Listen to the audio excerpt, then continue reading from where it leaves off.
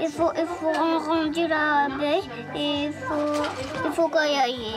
On met ici et on l'appuie dans nos couleurs comme rouge et on caille. 10, 12, 14... Chut.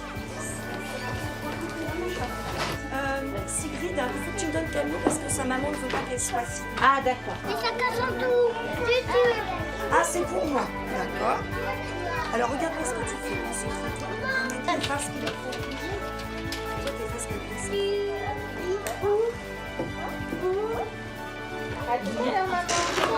Allez, rapidement. Non, c'est bon. Ils vont ranger. Vous allez lire avec moi. Alors, du coup, Guillaume, tu es responsable du TNI. Donc, on va s'occuper tout de suite du nombre d'enfants qui sont là ce matin et des absents et des présents. Ah, c'est pour moi. D'accord. Alors, regarde-moi ce que tu fais. Concentre-toi pour bien mettre les pièces dans le bon sens. Les lettres, Vas-y. Déjà, tu vas nous dire qui est absent ce matin. On t'écoute. Allez, concentre-toi. Chut, attends, c'est Guillaume qui parle. et Mélina. Et c'est tout? Et Sarah. Combien il y a de présents chez les d'absents chez les grands? Combien il y a d'absents chez les petits? Un quoi? Un petit, deux et deux grands.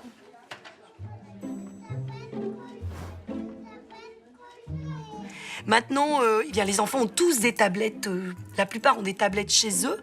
Moi, je trouve que mon rôle, même dès la maternelle, est aussi de leur apprendre à s'en servir et à pas faire finalement n'importe quoi non plus avec. On est déjà effectivement dans cette école du futur où on va apprendre à se servir des outils, mais au service des apprentissages. Mais je pense que nous sommes bien engagés sur cette école du futur. Allez, on se remet avec le stylo. Et hop, c'est parti. Regardez, Emilio. Chut. On fait tous les deux? T'es prêt? Allez, je pars ici, je tourne vers la droite, je redescends, je tourne et voilà. Et du coup, là, on a fait trois absents. Et combien on avait dit de présents? 24. 24. Comment ça s'écrit, 24? Un 4. Un 1 et un 4? Non, 2, un 4. Alors, vas-y. Ah oui, on vous avait appris à les faire, donc ça, tu sais faire. Vas-y.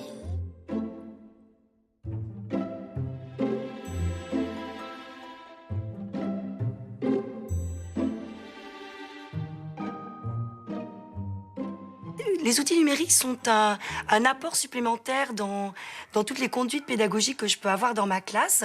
Et je trouve que ça crée effectivement un esprit de coopération entre mes élèves qui se retrouvent dans tous les domaines du coup. Même après en art plastique ou dans des domaines où j'utilise pas forcément du numérique, eh bien ça crée effectivement des attitudes, des nouvelles attitudes d'élèves.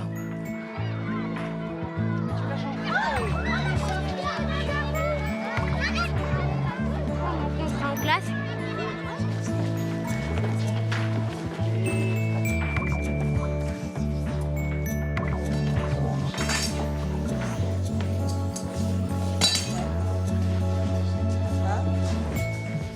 Alors, dictée, expression écrite qui vont se passer sur les tables. On va mettre le groupe de Lounès en premier. Axel, le groupe d'Axel B, ou Hakim, je sais pas. Axel B, Hakim, vous allez faire le français, l'orthographe sur le TNI ici. Le groupe de Noé, les maths. Allez. D'accord. Donc, vous vous rappelez de la capsule? Tu te rappelles des 5 mots, etc. Vous vous en souvenez des mots? On était d'un record. Chaque groupe a une tâche. Genre, par exemple, nous, notre groupe, on fait le MC et après on va passer au robot. Et après on va passer aux exercices. Et ainsi de suite. Et on tourne comme ça. Vas-y. Et c'est quoi X2, maîtresse? Attends, Ça veut dire 2 fois. On refait 2 fois. J'adore. Aujourd'hui, ils apprennent à programmer. Et nous, sur la circonscription, nous avons un challenge à la fin d'année qui s'appelle Skyrob. Et ce challenge... C'est un parcours où on va faire en 4 minutes. Donc on choisit notre robot et puis on a un parcours à réaliser en temps de temps, en temps de minutes, avec des obstacles, voilà. On peut l'enlever? Pas tout de suite. Si tu l'enlèves, comment tu mets ton programme? Bah, on peut pas. Non, t'as oublié tes centimètres là. Tu dois maintenant avancer normalement 5 centimètres. Parce que sinon, ça ne le fera pas. Ben, on doit faire 4 fois, donc là c'est la dernière fois. Vas-y. 1, 2, 3.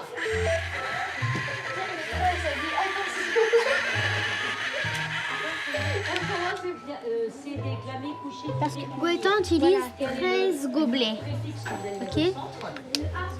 Un seau égale 4 bouteilles plus Un gobelet. un gobelet. Oui. Un gobelet égale 4, 5. Parce que si tu calcules. Oui, est égal 5. Non, mais si. Travailler en groupe, moi ça fait déjà 2 ans que je travaille en groupe. Et ça va, c'est bien parce que quand tu travailles en groupe, tu sais que au lieu d'avoir un exercice qui est super dur, en fait, même si l'exercice il est dur, c'est le cerveau, il est multiplié par plusieurs. En fait, on s'entraide un peu.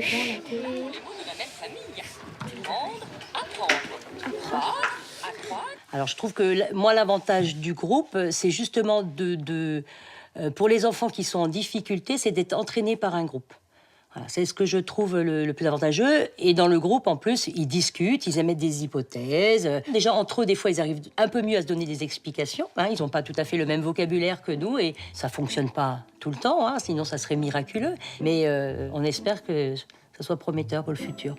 Mais oui, mais c'est toi qui veux tricher. Mais c'est pas moi qui veux tricher, c'est toi qui dis on a allez. Démarrer, on fait démarrer. Attends, Tu fais démarrer. 28. Tu fais mon code Elancourt. Utiliser mon code Elancourt. Mon code Elancourt. Quand t'es là, tu fais quoi après? C'est dans quoi déjà? Faut aller dans quoi? Tu vas dans Ah oui, ça c'est bon, j'avais pas le connecteur. fais mes parcours.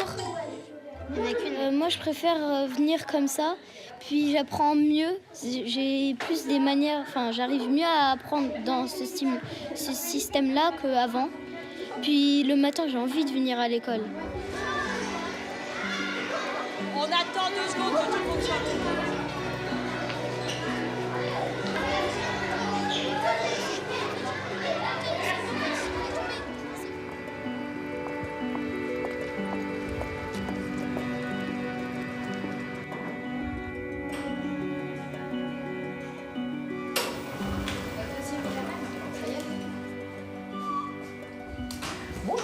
Bonjour. Bien, merci. On s'était pas vu. Bonjour Romane. Tu vas bien? Oui. La forme?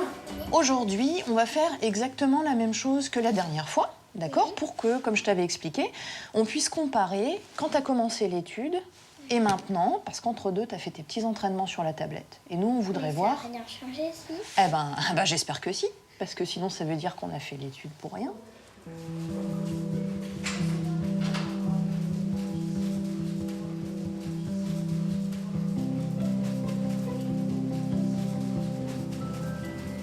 T'es prête? Alors, Lisa... Ah, bah voilà, Lisa. Super. Donc, tu te souviens, c'est Lisa qui va te faire toute l'installation avec Jean-Marc?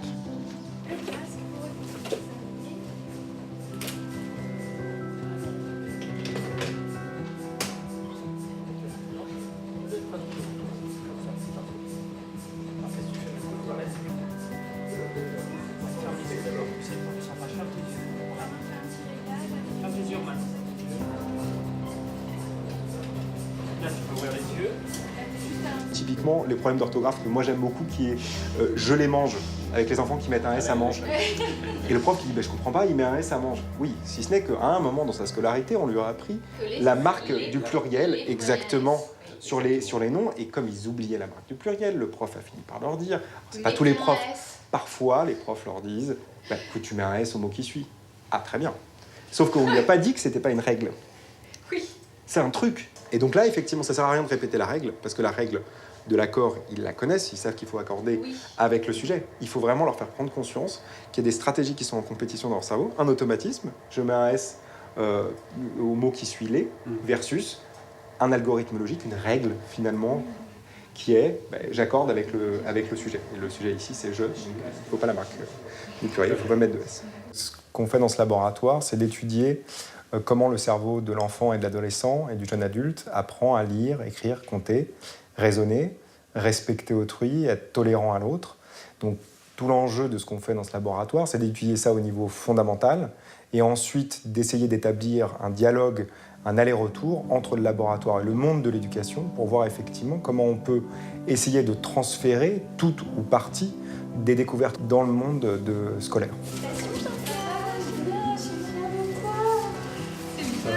Ça a été le jeu? Ah, j'avais mal au doigt là. Ah oui, tu commençais. Ah, t'avais mal au doigt. Ah, elle a des crampes du coup. Ça roule? Ouais. Assieds-toi.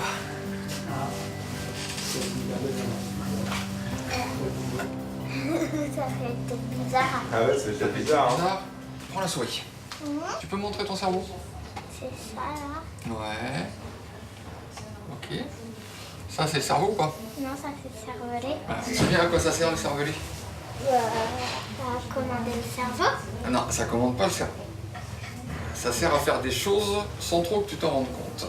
Quand tu marches, Oui. c'est pas toi qui te dis bon, faut que je contracte les muscles de ma colonne vertébrale, faut que je contracte mes fessiers et mes cuisses pour rester debout. Tout ça, ça se fait sans que tu t'en rendes compte. Oui. Parce que tu as l'habitude de marcher. Eh bien, c'est lui qui commande tout ça. Par exemple, pour Romana, Ouais. elle va réussir à retenir une poésie très difficile Ouais. en la lisant une fois. Ouais. Elle ne retiendra pas une leçon de science super simple. Pourquoi? Ah, pourquoi c'est la grande question, mais ça peut être... Le sens qu'on y met, à quel point ça nous parle, à quel point on aime ça. C'est de la motivation, C'est juste la motivation. Si la science, c'est quelque chose qui est plus difficile pour Romane à appréhender, ça peut être plus difficile pour elle de retenir les informations. Donc là, tout l'enjeu, c'est essayer effectivement de lui faire comprendre le sens de ce qu'elle apprend, de pourquoi elle l'apprend, de lui donner aussi l'ensemble, l'envie et puis les objectifs aussi. Pourquoi elle devrait apprendre ça? Parce que souvent, on ne le dit pas forcément aux enfants. On dit, il faut que tu apprennes. Oui. D'accord, il faut que tu apprennes, mais pourquoi il faut que tu apprennes? Parce que tout ça, ça va jouer sur la motivation. Et la motivation, on sait que c'est un potentialisateur extrêmement fort de l'apprentissage.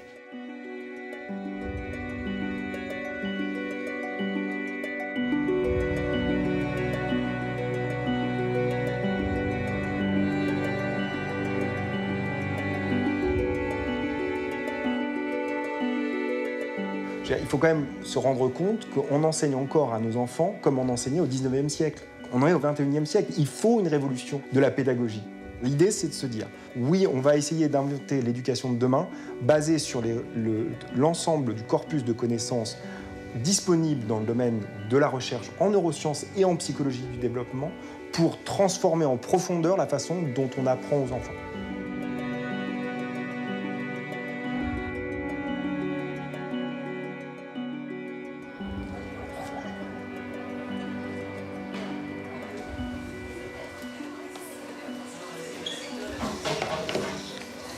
Merci. Bonjour.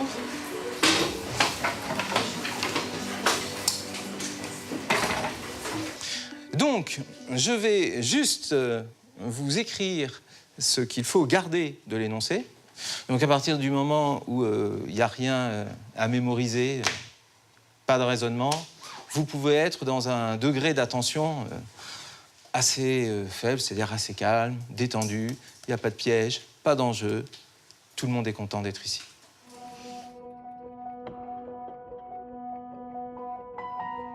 Les spécialistes de l'attention en France aiment souvent dire que l'on ne peut pas rester concentré à 100% pendant trop de temps. C'est impossible. Donc jusqu'à présent, nous étions dans les grandes lignes, c'est-à-dire la décomposition. On peut être bloqué à ce moment-là, mais Margot, tu as choisi de te rappeler que pour pouvoir réduire deux vecteurs qui ont les mêmes lettres mais pas dans le même sens, que suffit-il de faire? DA, vecteur DA est égal à moins vecteur AD. Exact.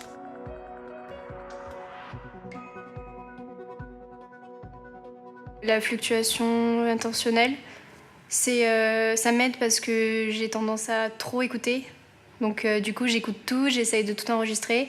Et en fait, à la fin, j'ai enregistré des informations qui n'étaient pas forcément importantes et j'en ai effacé d'autres qui étaient importantes. Du coup, arrivé chez moi, il y a des exercices que je ne me rappelle plus comment on les fait parce que j'ai essayé de tout enregistrer. Alors que du coup, avec sa méthode, je sais qu'est-ce qu'il faut que je retienne, qu'est-ce qu'il faut que je retienne pas forcément. Et du coup, ça m'aide.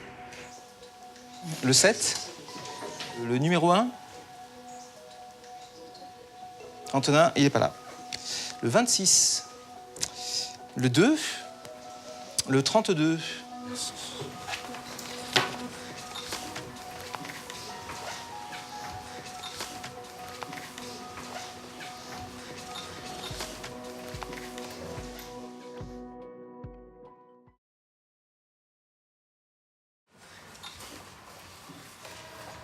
Donc je vous rappelle le fonctionnement du Plickers. C'est un QR code. Il suffit de tourner le Plickers d'un quart de tour pour avoir un autre code. En l'occurrence, ici, c'est le code C. Et donc, le smartphone va reconnaître que vous préférez C. Donc, c'est la simulation d'un énoncé d'exercice de maths. Rien qu'en lisant cela, quelle est la seule affirmation parmi les 4 qui est forcément fausse? Donc, je vais me mettre en mode flash des réponses et je vais demander donc à la classe de lever les QR codes en même temps, faisant attention à la position des doigts qui ne doivent pas être sur la partie noire.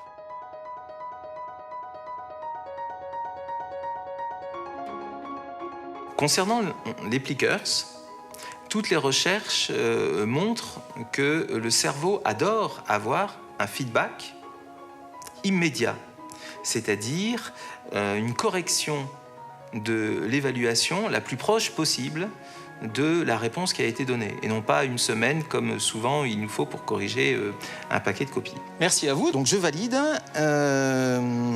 et nous avons 23 bonnes réponses sur 25. Au début, mes parents ils me disaient tu fais pas tes maths, quoi. Pourquoi tu parles de neurosciences en classe, ça sert à quoi? Tu dois suivre le programme, tu vas pas réussir à le finir. Au début, voilà. Mais après, quand je leur ai dit que ça m'aidait vraiment, ils ont plus accepté qu'avant, quoi. J'ai pu remarquer, à titre personnel, que la moyenne de mes élèves avait augmenté de 2 points depuis que je me suis intéressé aux neurosciences et que je leur propose ces astuces. Je suis absolument persuadé que les pratiques pédagogiques du futur tiendront compte des neurosciences. Et on voit que dans certains milieux politiques, eh bien, on n'hésite pas déjà à proposer l'introduction des neurosciences dans le système scolaire.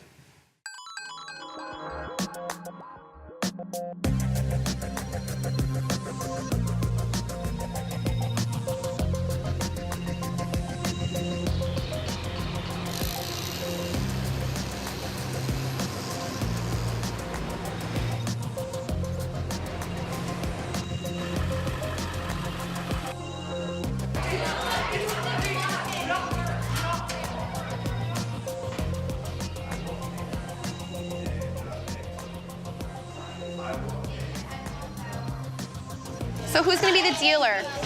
Me. All right, just shuffle nicely. These are laminated, so they're like a little sticky. Okay, just make sure you shuffle.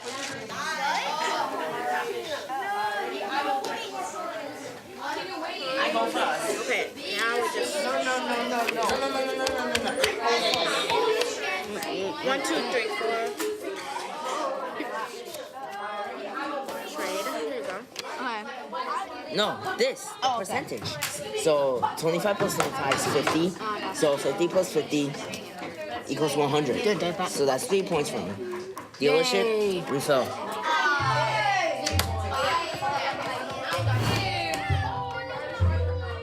So the idea for the game, The Whole Enchilada, came about because I was working with a curriculum developer named Leah Hirsch, who was a former teacher here, and another teacher, Arthur Eisenbach, and he taught 7th grade. And we just thought to ourselves, kids hate fractions and decimals and percents, and they don't have fluency between the different representations. And so we wanted to create a game where they could combine different representations and sort of create a fluency and a fact recall in regards to that. And so when the kids are playing the game, which you saw, they are trying to maximize the number of cards and the number of representations that they are using to make the maximum number of points. That now you can't do that actually. I did all fractions. I did these two.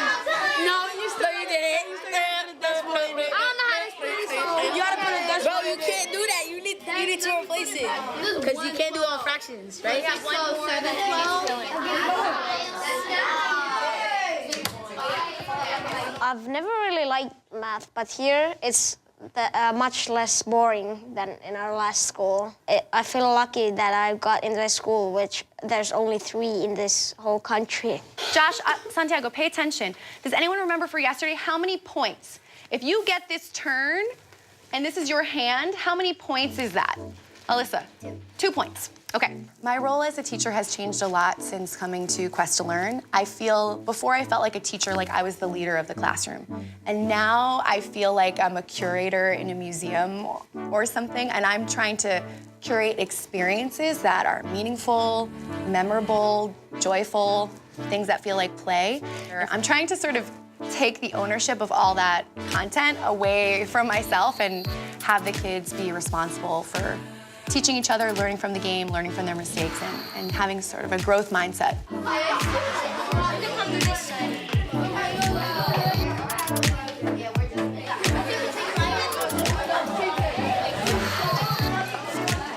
Kids are moving at 1 million miles a minute right now. There's so much influx of technology. They're very digital.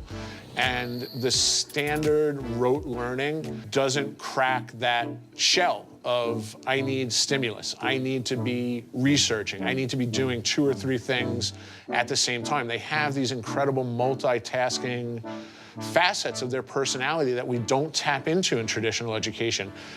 It's very rarely when you get out of school, when you have a job, that you're just doing math or you're just doing science. Unless you're teaching those subjects, but at a job, you might be required to use math and science and language arts skills. So we do a lot of preparing them for what are called CCR, college and career readiness, or they're now calling it 21st century skills. A lot of what we do is all about peer interaction and peer assessment. And how do we speak to people to get the effect that we want? How do we like to be spoken to?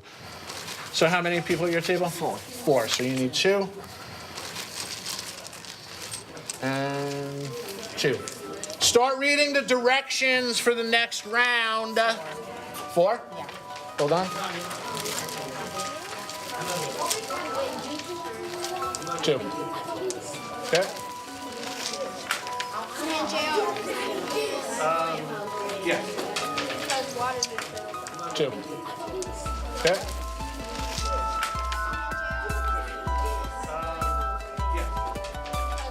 We're going to put 7 minutes on the timer. Please try and play as many rounds as you can. This should go a lot faster than Friday. The goal of the Tic-Tac-Toe project is we take a very simple game and we analyze it, and then we try and change it and see how that changes the overall systems. And then we start teaching them how that extrapolates into the bigger picture of systems outside of school, in families, in different governments, in science, in math. And that all starts with their understanding of very small components that have to be put together to create a successful system.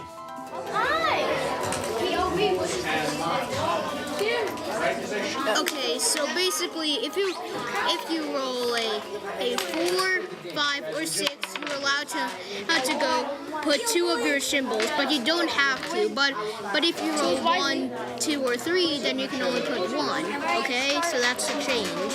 So I'm gonna go first. 3, so I can only put 1 down. Now your turn. You roll. 6. Now you can put 2 of your shapes down, but you don't have to. What are you doing? Roll with the dice. It's all luck. 3. Now your turn. Since I'm done, I lost. 6 anyway. I think this is the school of right now, and every other school is going to catch up to us. Yeah, we are not the future. We are what needs to be happening now, and everybody else needs to catch up.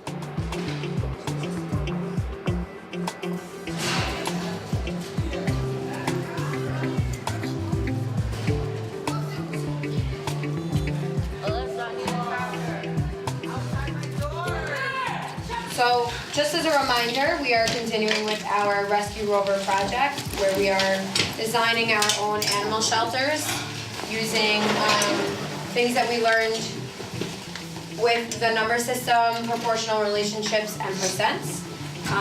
So far you have created a name for your shelter, you've created a logo, you designed merchandise, and now you will be able to take a computer and go onto Minecraft and build your 3D shelter, a model of your 3D shelter.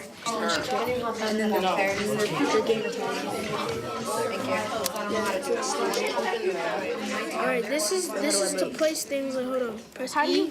So if you want to get a block, press E and pick your block and go like this. Okay. We're very lucky to work in a school like this where we have that opportunity to let the kids have learning feel like play and have it feel like they're playing a game.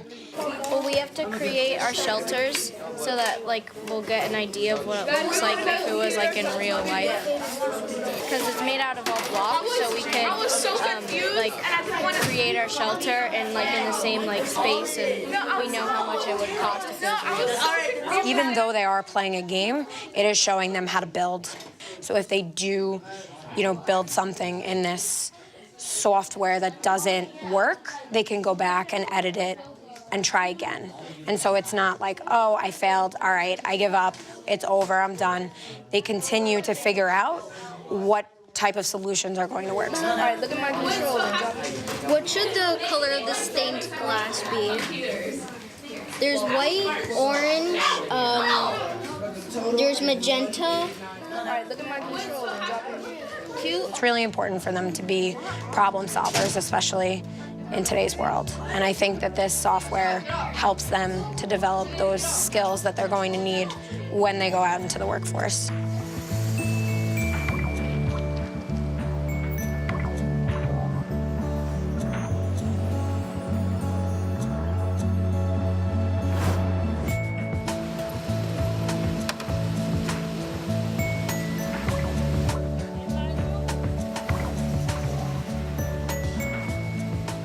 Et il est clair que l'outil digital nous permet, en particulier en mathématiques, de créer des objets virtuels qu'on peut manipuler avec des propriétés mathématiques. Et ça, c'est fantastique, ça ouvre un champ d'exploration qu'on ne pouvait pas imaginer avant.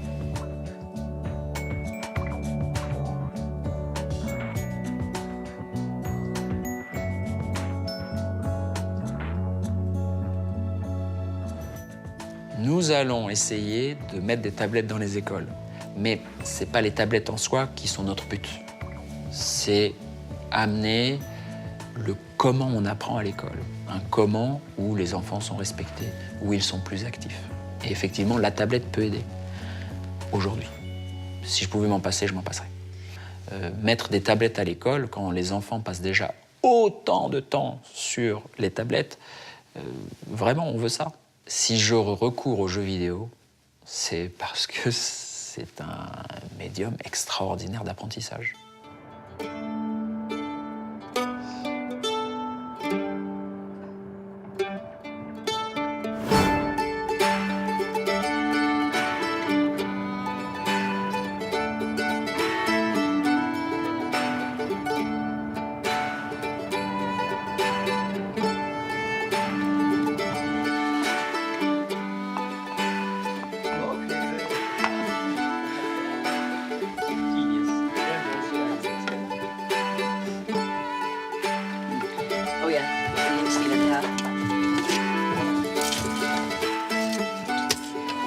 Det passer også rigtig godt til direktiverne her, ikke også?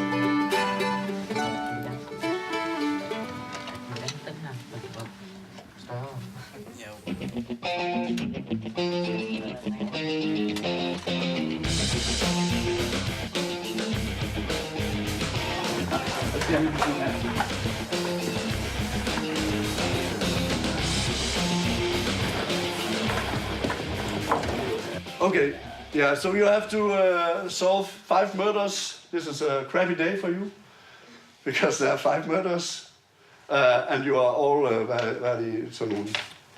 Police officers. Yeah, but you are recruits. You're recruits. Yeah. But you make it in groups, so one group will take one murder and so on. To solve a murder is almost exactly like solving math. Okay? This week the subject is the general method of how to approach a problem in general as a math problem, but also it's linear equations. So all of the murders have some kind that, well, something that is connected to linear equations. For instance, to get the time of death, two of the murders need to look at growth rates of flies and beetles. Okay, hver kan se, der skal vi finde ud af allerførst, hvilken en af skyldene har ramt. Det har med at gøre. Står ikke det der? Jeg magter ikke det. This week, we are playing policemen trying to solve murders, and my character's name there is Jack Marks, and he's a new recruit in the Atlanta Police Department. The traditional school was okay, but it's definitely not as fun to learn stuff at the traditional schools as it is to learn stuff here. It's also because of like the teachers, they kind of play along to whatever we're doing, so everything is more immersive, and you just grow to like the teachers even more than in traditional school, I feel, and that gives one motivation to work. At least gives me motivation to work. 22.7, and this is the growth rate of a bug of 21 degrees. So we need to find the difference. Yes? The difference is 1.7. We need to multiply that by 0.2. You are following? Yeah. So 4.34. So this is my growth rate. Yeah. Okay, so now we can see after 1 hour it has been 4.5% finished. Østerskov is a partly government-funded school, and we have the same curriculum as all other schools, but we teach it otherwise than the other schools. So we just use other methods. So what the teachers are doing in the classroom would be the same subject and same subject matters as in all other Danish classrooms. They just do it differently.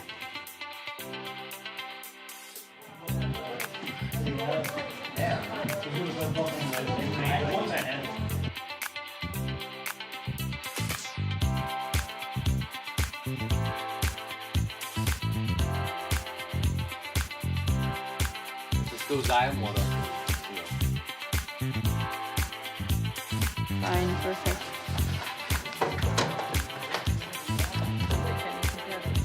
But I'm not quite sure.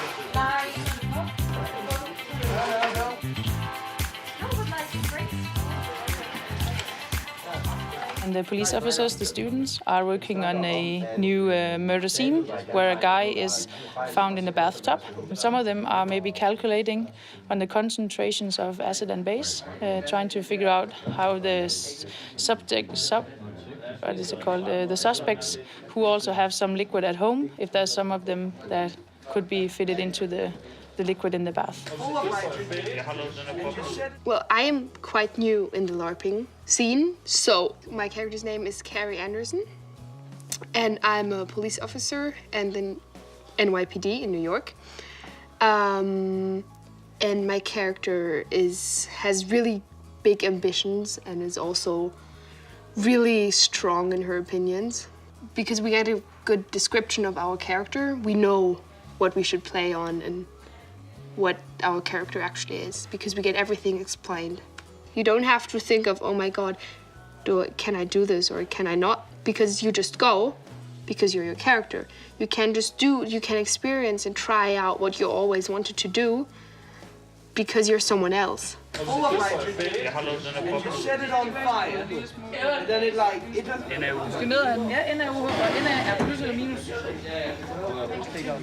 You're supposed to teach kids in school to be curious and self-sufficient, and they're supposed to want to learn and gain knowledge for themselves. But the way we teach traditionally is actually sort of quashing this. So we don't teach them to be curious, we teach them to do what's required and nothing more, right? And what we're trying to do with the role-playing part is that if they're motivated, they sometimes and often do go beyond like the call of duty or whatever you want to call it. They go beyond what we want them to do.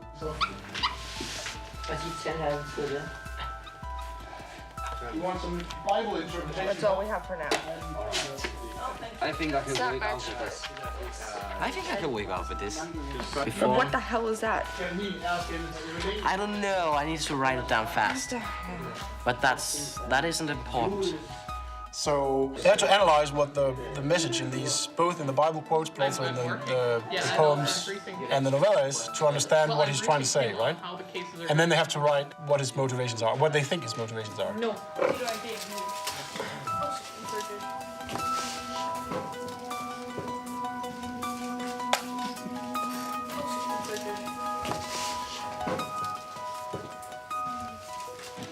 Yes?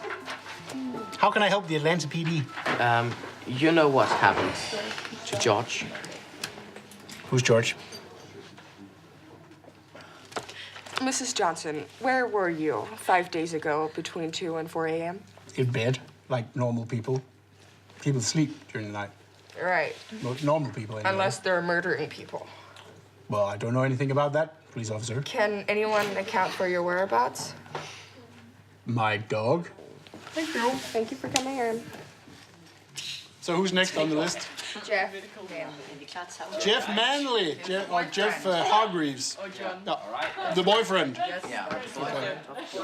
We are actually trying to make 21st century school here. We're trying to do something that we hope will be a model or a bit for the 21st century school system, and we hope it will be adapted in other schools. So we hope we will be part of the future, at least.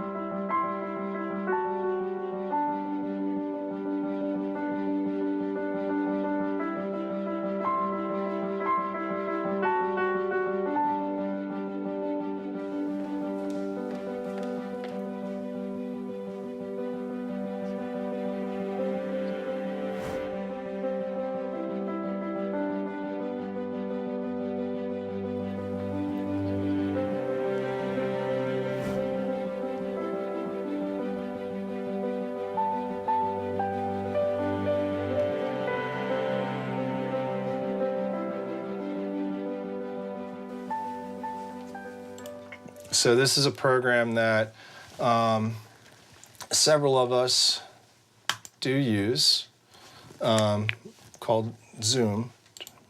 It's okay. They'll be popping in 1 second. I spent 10 years in a traditional school teaching 6th graders all the way up to 12th graders. So had my hand in several different subject areas, several different age brackets, and that's pretty prototypical of a Florida virtual teacher prior to transitioning over to the online world. There you go. Hey Trinity, how you doing? Hi, good. How are you? I'm very good, very good. Happy to see you here. And how's my sound coming through? You hear me? Mm-hmm, I hear you perfectly. All right, you too, sounding good. Hey Jacqueline, hey Maggie, Mason, how you doing?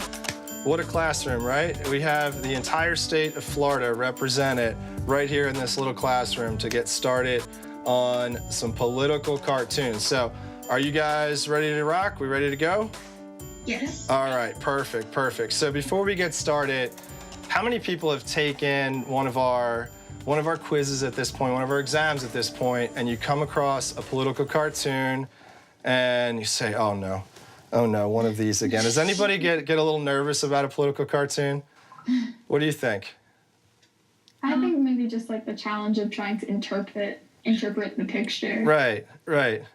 Now, instructors that, like myself, that come over to FLVS, they usually are looking for, I don't know if the next challenge is the right word, but definitely the next approach to education, perhaps, the next way to reach students.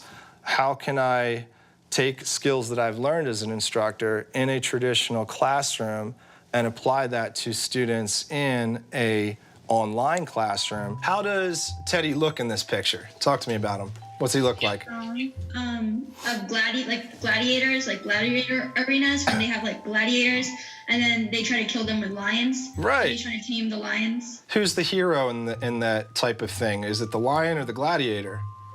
Gladiator. The gladiator, right? So guys, I think you did a great job on this one. Here's what's gonna happen. I am going to take a quick screenshot of all of you right now. Bear with me 1 second. And by screenshot, it means I'm gonna take a picture of you with my phone because I think that's gonna be even cooler and easier. Okay, everybody wave and smile. Great work, everyone.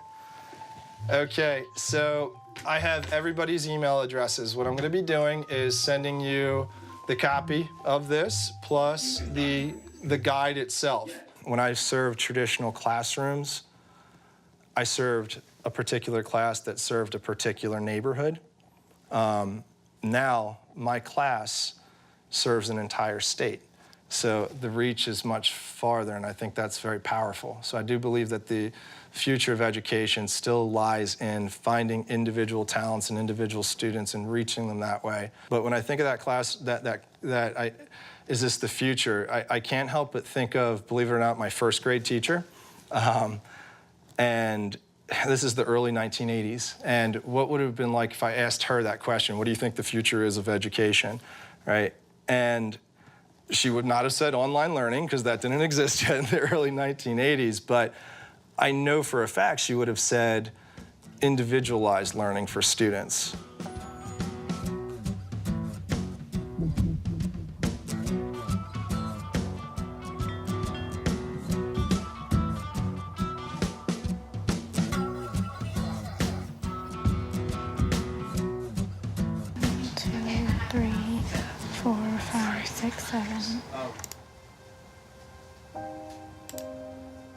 So right now I'm going into my US history lesson and I'm going over the topics for my DBA that I'm going to do soon. The DBA is a discussion-based assessment where you talk on the phone with your teacher so that they know that you're learning the content. So it's not face-to-face, but as close as you can get through virtual school. Were there any slides that you came across that you were not clear on? I wasn't or you needed some extra help? 100% clear on 1, and I believe it was 3, and I think 8 were the ones. You were not clear on, but you felt good about the rest? Yeah.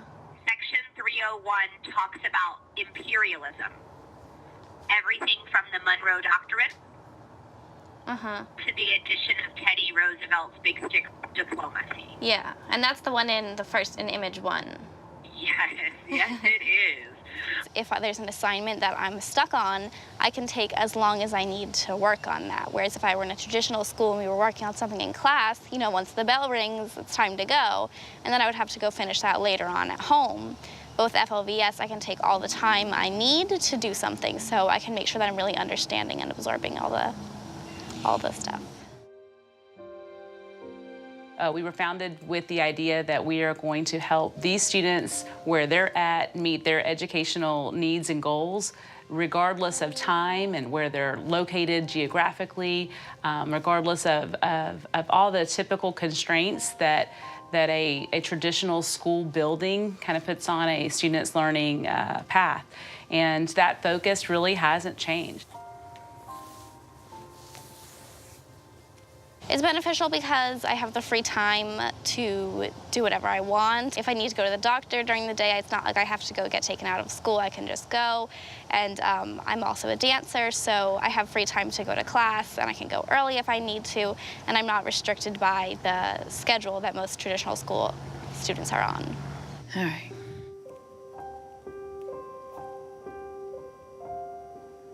All right, start in first position and breathe. Lift, tendu forward, grab the heel, hook, and extend, take it side. Good, rotate in, So it is really important to me because I want to do it for the rest of my life. I want to be a dance teacher. I want to inspire younger kids to dance all their lives too. So because I'm a teacher's assistant, I'm in the studio for over 10 hours a week. So if it weren't for FLVS and the free schedule I have, I wouldn't be able to be there for so long and so often. You have to be very self-disciplined. You have to have a lot of control over yourself. So it's definitely having the self-control from FLVS and the discipline from FLVS helps me in the other parts of my life in dance. It helps me be very disciplined. And that's something I hope to teach my students when I'm a dance teacher later on.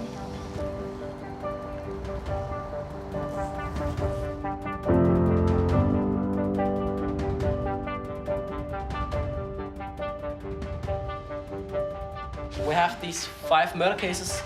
Number 1, called Alpha.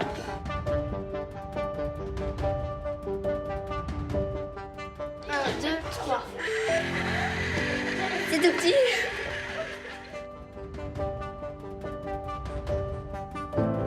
Maintenant, le triangle. T'as vu?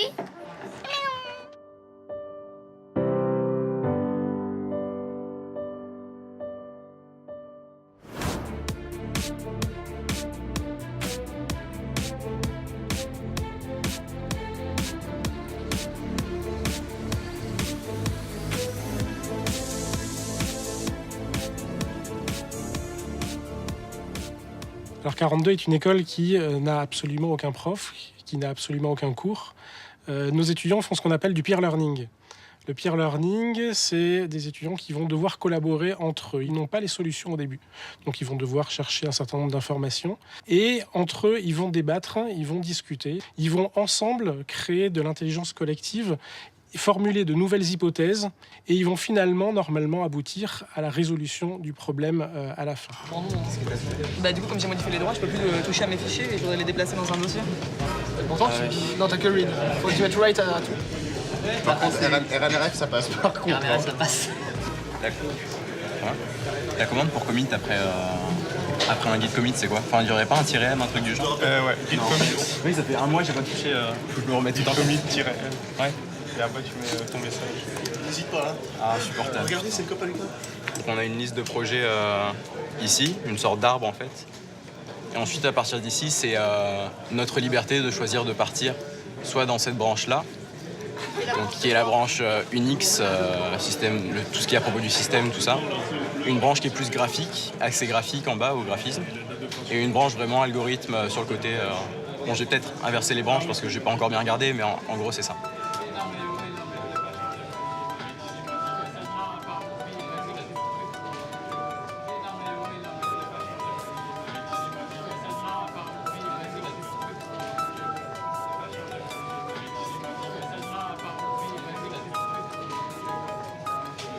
Ce qui m'a attiré dans cette pédagogie très différente, c'est surtout le fait qu'on soit vraiment libre de tout en fait. On n'a pas de professeur, on n'a pas de temps imposé, c'est nous qui décidons quand est-ce qu'on travaille, comment on travaille. Et c'est avant tout à nous de comprendre pourquoi on travaille, on est forcé à rien du tout et ça me plaît. Si on ne vient pas en cours pendant 3 ans, c'est qu'on n'est pas motivé, c'est de notre faute. Mais à contrario, si on décide d'être vraiment motivé et qu'on aime ce qu'on fait, on peut venir tout le temps et on est un peu comme notre propre patron exactement. Et voilà, moi j'aime bien, c'est bien, ça force à apprendre des choses. Tous les jeunes ont envie de réussir, ont envie de bouger. C'est juste qu'il faut leur montrer qu'on leur fait confiance et que si on les laisse le faire, ils font. En réalité, quand on apprend les choses, du point de vue physiologique dans notre cerveau, quand on est contraint et quand on ne l'est pas, c'est totalement différent. Donc il faut bien comprendre que ce lien entre le plaisir et le développement personnel, il est très fort. Et en réalité, on peut finalement amener les gens à changer par 2 méthodes, soit par l'envie, soit par la force. Mais on ne fait pas la même chose. C'est-à-dire qu'on ne peut pas obtenir le même résultat qu'on a avec de l'envie, avec de la force. L'objectif est très clairement une insertion professionnelle pour un monde professionnel qui est en perpétuel mouvement. On sait aujourd'hui que l'intelligence artificielle sera capable de gérer l'ensemble des choses qui sont prédictibles aujourd'hui dans le monde et que le rôle de l'humain sera finalement de générer de l'improbable et de gérer cet improbable. Mais je pense que développer en tout cas ces compétences-là, d'adaptation, ces compétences de résolution de problèmes, de collaboration, sont des éléments qui pour moi sont vraiment très importants aujourd'hui pour notre jeunesse.